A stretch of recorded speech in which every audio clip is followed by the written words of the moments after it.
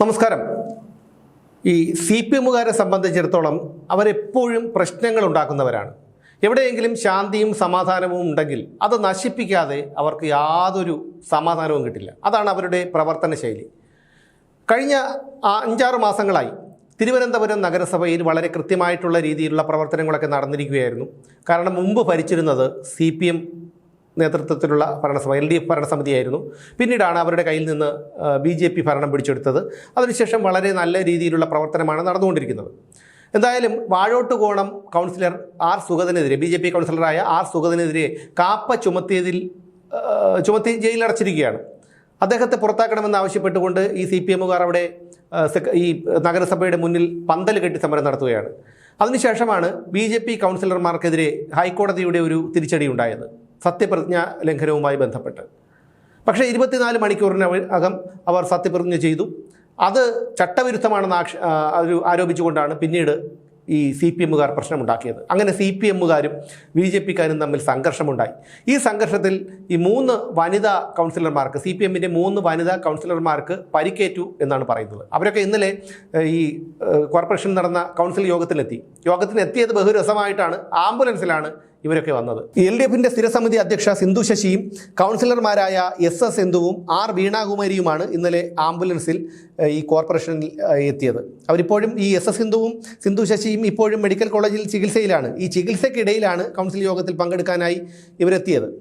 ഈ സംഘർഷത്തിനിടയിൽ കസേര കൊണ്ട് തലക്കടിച്ചു എന്നൊക്കെയാണ് ഈ മാധ്യമങ്ങളിലൂടെയൊക്കെ ഇവർ പറയുന്നത്. സത്യം പറഞ്ഞു കഴിഞ്ഞാൽ അവിടെ വളരെ സമാധാനപരമായി പൊയ്ക്കൊണ്ടിരുന്ന ഒരു ഭരണസമിതിയാണ്. ആ ഭരണസമിതിയിലാണ് ഇത്തരത്തിലുള്ള അലമ്പുണ്ടാക്കി ഇവർ ഈ പ്രശ്നങ്ങൾ സൃഷ്ടിച്ചത്.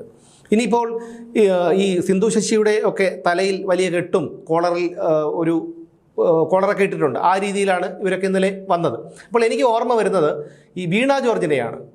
ഈ ഭരണം നഷ്ടപ്പെടുന്നതിന്, അതായത് തിരഞ്ഞെടുപ്പിന് കഴിഞ്ഞ കുറച്ച് മാസങ്ങൾക്ക് മുൻപ് കണ്ണൂർ റെയിൽവേ സ്റ്റേഷനിൽ വെച്ച് KSU-കാർ കരിങ്കൊടി കൊണ്ട് ഇവരുടെ കഴുത്തിന് വലിയ രീതിയിലുള്ള ഒരു പരിക്കേൽപ്പിച്ചിരുന്നു. അതിനുശേഷം നടന്ന സംഭവങ്ങളും പിന്നീട് കോടതിയിലുണ്ടായ ഇടപെടലും ഈ വീണ ജോർജ് ഈ അന്വേഷണ സംഘത്തിന് കൊടുത്ത മൊഴിയുമൊക്കെ നമ്മൾ കണ്ടതാണ്. വെറും അഭിനയമാണ് അവർ അവിടെ കാഴ്ചവെച്ചത്. അവിടെ KSU-കാർ കരിങ്കൊടി കാണിച്ച് പ്രതിഷേധിച്ച സമയത്ത് യാതൊരു ആരോഗ്യ പ്രശ്നങ്ങളും പ്രകടിപ്പിക്കാതെ നിന്നിരുന്ന വീണ ജോർജ് പിന്നീട് തനിക്ക് വലിയ രീതിയിലുള്ള പരിക്കേറ്റു എന്ന് പറഞ്ഞുകൊണ്ട് ആശുപത്രിയിൽ അഡ്മിറ്റ് ആകുന്നു. അവിടെ ആശുപത്രിയിൽ കിടന്നുകൊണ്ട് ഫോട്ടോകളെടുത്ത് പോസ്റ്റ് ചെയ്യുന്നു. അന്തം കമ്മികളൊക്കെ അവർക്ക് വളരെ സഹതാപ തരംഗത്തോടു കൂടിയുള്ള പ്രചരണങ്ങളൊക്കെ നടത്തുന്നു അവർക്ക് വേണ്ടി. അതിനുശേഷം 2ാമത്തെ ദിവസമാണ് അവർ അവിടെ നിന്ന് കാറിൽ തിരുവനന്തപുരത്തേക്ക് വരുന്നത്. കഴുത്തിന് ഗുരുതരമായി പരിക്കേറ്റ ഒരാളാണ് ഇത്തരത്തിൽ കണ്ണൂർ നിന്ന് തിരുവനന്തപുരം വരെ കാറിൽ വരുന്നത് എന്നുകൂടി ഓർക്കണം. ജനങ്ങൾക്കൊക്കെ കാര്യങ്ങളൊക്കെ മനസ്സിലായി. വീണ ജോർജിനെ കരിങ്കൊടി കാണിച്ച സംഭവത്തിൽ അന്ന് 2-3 KSU പ്രവർത്തകർ അറസ്റ്റിലായിരുന്നു. അവരെ റിമാൻഡ് ചെയ്തിരുന്നു. അതിലൊരാളുടെ വീട്ടിന് നേരെ ഈ DYFI ഗുണ്ടകൾ ബോംബെറിഞ്ഞിരുന്നു. അങ്ങനെയുള്ള പല സംഭവങ്ങളും ഉണ്ടായി. അതായത് ഇരവാദം ഉണ്ടാക്കുക. ഇനി മറ്റൊരു സംഭവം, പിണറായി വിജയനെ ഇൻഡിഗോ എയർലൈൻസിൽ വെച്ച് വിമാനത്തിൽ വെച്ച് 2 കോൺഗ്രസ് പ്രവർത്തകർ കരിങ്കൊടി കാണിച്ചതുമായി ബന്ധപ്പെട്ടാണ്. അന്ന് മുഖ്യമന്ത്രിയോടൊപ്പം ഉണ്ടായിരുന്ന, അന്ന് മുഖ്യമന്ത്രിയായിരുന്നു പിണറായി വിജയനോടൊപ്പം ഉണ്ടായിരുന്ന EP ജയരാജൻ ഇവരെ മർദ്ദിക്കുകയും തള്ളിയിടുകയും ഒക്കെ ചെയ്തു. അവരെയും റിമാൻഡ് ചെയ്തു. പിന്നീട് വന്ന കോടതിയുടെ നിലപാടുകളൊക്കെ നമ്മൾ കണ്ടതാണ്. അപ്പോൾ ഇത്തരത്തിൽ പ്രശ്നങ്ങൾ സൃഷ്ടിച്ചുകൊണ്ട് ഇല്ലാത്ത കാര്യങ്ങളെ ഉണ്ടെന്ന് പെരുപ്പിച്ചു കാട്ടി ഒരു ഇരവാദം ഉണ്ടാക്കിയെടുക്കാനുള്ള ഒരു ശ്രമമാണ് ഇപ്പോൾ ഈ നഗരസഭയിൽ നടക്കുന്നത്. വളരെ നല്ല രീതിയിൽ സുഗമമായി മുന്നോട്ട് പോവുകയാണ് നഗരസഭയുടെ ഭരണം. കഴിഞ്ഞ കാലങ്ങളെല്ലാം പതിറ്റാണ്ടുകളായി തിരുവനന്തപുരം നഗരസഭയുടെ ഭരണം ഈ ഇടതുപക്ഷത്തിനാണ്. അവിടെ ഭരിച്ചു മുടിച്ച് അവരുടെ അഴിമതികൾ ഓരോന്നായി പുറത്തു വന്നുകൊണ്ടിരിക്കുകയാണ്. പ്രത്യേകിച്ചും ഈ കഴിഞ്ഞ 5 വർഷക്കാലം ആര്യ രാജേന്ദ്രൻ മേയറായിരിക്കുന്ന സമയത്ത് നടത്തിയ അഴിമതികളുടെ എല്ലാം വിവരങ്ങൾ ഓരോന്നായി പുറത്തു വന്നുകൊണ്ടിരിക്കുകയാണ്. ഇതൊന്നും CPM-കാരെ സംബന്ധിച്ച് സഹിക്കാൻ കഴിയുന്ന കാര്യങ്ങളല്ല.